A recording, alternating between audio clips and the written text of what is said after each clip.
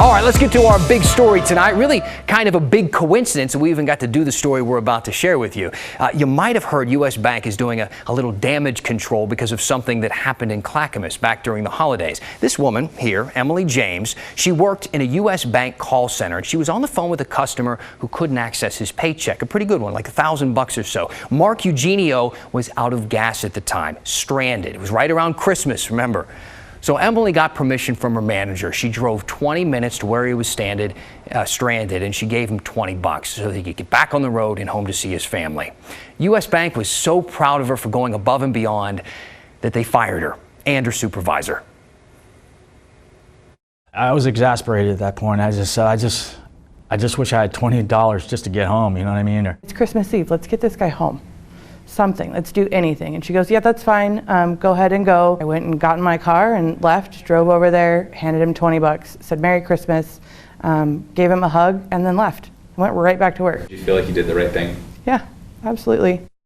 U.S. Bank policy says that call center workers can't interact with customers or something like that. But on their website, U.S. Bank says their employees are empowered to do the right thing. And we weren't the only people who noticed that little discrepancy there. The Oregonian did too, and they did a bunch of stories on it when it happened. And then someone else picked it up. Nicholas Kristof from this tiny little daily newspaper you might have heard of called the New York Times. He saw it and he slammed U.S. Bank for what it did. Kristof wrote in his column saying that, quote, when young Americans say in polls that they react more positively to socialism than capitalism, it is because of the hypocrisy of institutions like U.S. Bank.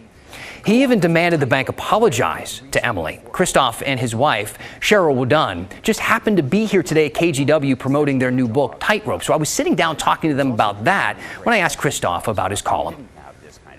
I was sure that I was not going to write a column that weekend because I was on book tour. I was running around the country, but it just irritated me, and I wanted to hold the bank accountable. And I also wanted to make sure that every other CEO knew that if they do something like this, then their feet will be held to the fire as well. Now, for what it's worth, U.S. Bank has apologized. We got a statement from them.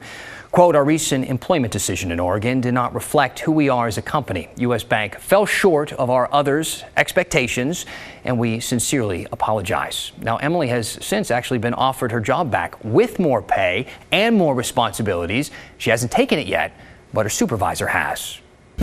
And for something that we think is worth your time, how about the Oregonian series that Kristof said that he was reading when he became aware of this story in the first place? Reporter Samantha Swindler first wrote about this story in January.